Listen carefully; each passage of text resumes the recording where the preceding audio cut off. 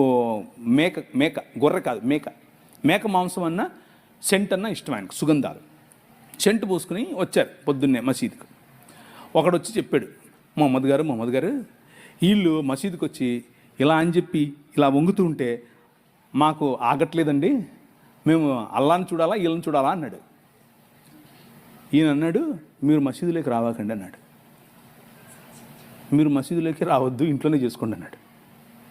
నీ రాజు రా నా మందిరంలోకి అని పిలుస్తాడు. రా కమ్. ఎందుకు? తాళం వేయాల్సింది స్త్రీలకు కాదురా బేవకూఫ్, నీ మనసుకు.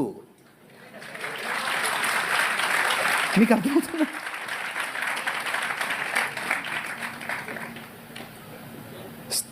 తాళం వేయాల్సింది వాళ్ళు ఏం కట్టుకోవాలి, ఏం తినాలి, ఎలా బతకాలి.